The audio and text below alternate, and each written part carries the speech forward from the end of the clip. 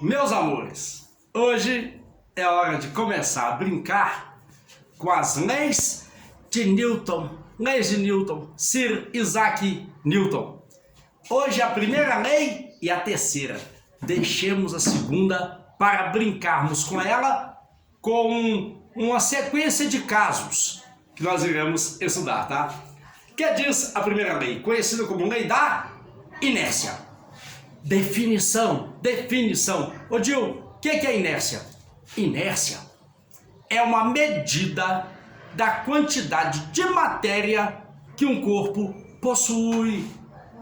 Eu falo assim, quer ver, brincando? Uma geladeira, um fogão. Quem tem mais matéria? Normalmente, a geladeira. Então, a partir de hoje, você vai dizer que a geladeira, ela tem mais inércia. Inércia é isso. É a quantidade de matéria que um corpo possui. E vê se você entende a associação. Se um corpo tem uma quantidade de matéria muito grande, é difícil movimentá-lo, é difícil movê-lo sob a ação de uma dada força. Aí você fala assim, esse móvel eu não consegui movê-lo, ele ficou parado, ele ficou inerte. Então inércia é isso, ela tem a ver, está associada não, ela serve para medir a quantidade de matéria que um corpo possui. Ô amor, e como é que se mede a inércia de um corpo? A quantidade de matéria que esse corpo possui. Aí entra Newton. Olha o trabalho de Newton. Observe. Pegue um corpo qualquer, aplique nele uma força variável, e tente observar o movimento que esse corpo adquire sob a ação de uma força impulsiva. O que é que Newton percebe? Que ao aplicar uma força variável em um corpo, ocorre que esse móvel ele sempre terá aceleração. Guarde isso. Se tem força resultante sobre um móvel, o movimento dele sempre será acelerado.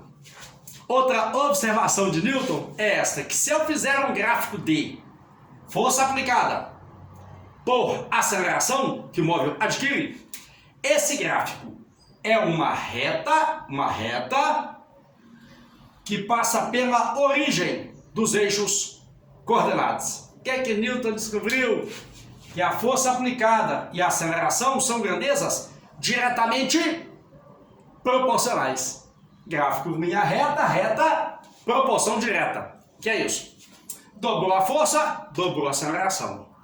Triplicou a força aplicada, triplicou a aceleração. Agora, como é que você encontra a inclinação de uma reta?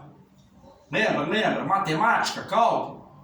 A inclinação da reta é delta y sobre delta x. É a variação da força pela variação da aceleração. Ou então você pode fazer assim, tangente. O que é tangente de um ângulo? Cateto oposto por cateto adjacente. E, por incrível que pareça, sempre que se calcula esta tangente, você vai encontrar a variação da força pela variação da aceleração. E esse valor, ele é uma constante. Mas o que é constante no corpo de um objeto, quando nele eu aplico uma força e ele adquire devido a ela aceleração? A quantidade de matéria que o corpo possui, a sua, como é que chama? Inércia. Mas quantidade de matéria eu posso medir em gramas. Massa. É daí que você aprendeu a seguinte expressão. Passa a aceleração para cá multiplicando. Força é massa vezes aceleração. E eu vou desenhar aqui em breve para vocês umas 16 situações que você tem que conhecer bem de aplicação de física, meu amor. Força é massa vezes aceleração. Guarda essa expressão, ela é fundamental para você entender as questões que envolvem a lei da inércia. Por exemplo, eu deixo um objeto cair, queda livre, já vimos. Vimos que no movimento de queda tem aceleração. Ah, é? Se tem aceleração, tem força. E essa força será chamada por nós de peso. Força-peso, força-peso. Força é massa vezes aceleração.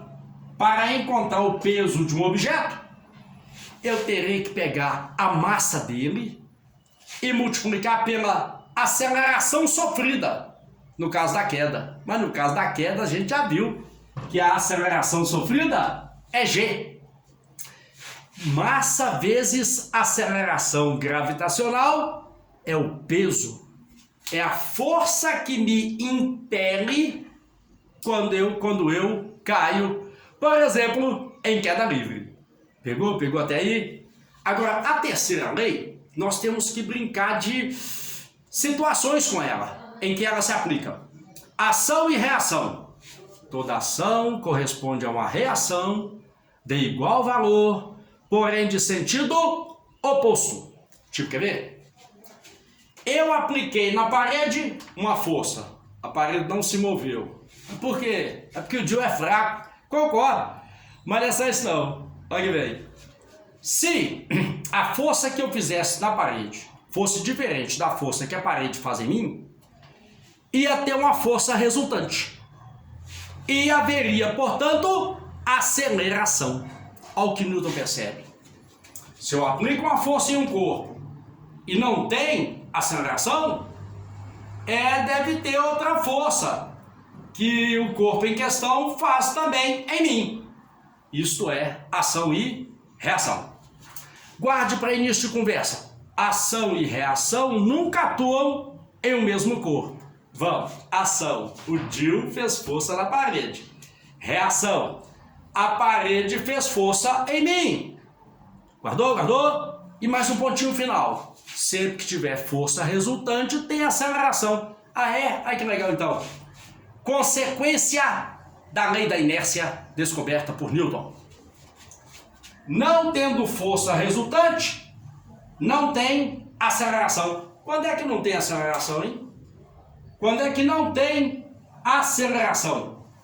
É quando eu estou inerte, parado, em relação a um referencial adotado, inerte, parado, ou descrevendo MRU, movimento retilíneo uniforme. Então, esse conceito que a maioria das pessoas tem, que é, o que é inércia? Tendência que os corpos têm de ficarem parados ou em movimento retilíneo uniforme. Isso não é inércia. Isso é um resultado da lei da inércia. Inércia é a sua massa. É a quantidade de matéria que o corpo possui, que Newton descobre assim, aplicando uma força sobre o corpo, medindo a aceleração que ele adquiriu devido a essa força, construindo esse gráfico e determinando a constante de proporcionalidade, que é a massa. Agora, num próximo encontro, eu vou começar a relacionar 16 casos de aplicação da lei da inércia. Força é igual a massa vezes aceleração, e aplicação também de ação e reação, conjunto com a lei da inércia. 16 casos, mais umas 4 videoaulas para fechar leis de Newton, primeira e terceira leis de Newton.